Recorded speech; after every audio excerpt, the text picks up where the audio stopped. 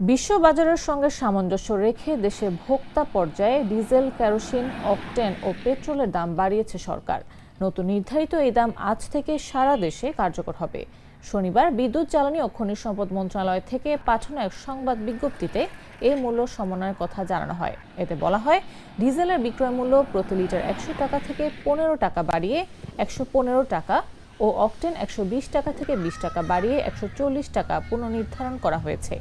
এছাড়া পেট্রোলের দাম 116 টাকা থেকে 19 টাকা বাড়িয়ে 135 টাকা এবং কেরোসিনের দাম 112 টাকা থেকে 18 টাকা বাড়িয়ে 130 টাকা পুনর্নির্ধারণ বা সমন্বয় করা হয়েছে।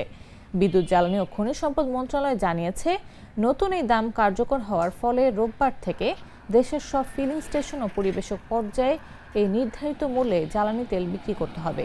এদিকে দেশের বাজারে জ্বালানি তেলের দাম বাড়ানোয় সরকারকে সাধুবাদ জানিয়েছে বাংলাদেশ পেট্রোল পাম্প মালিক সমিতি।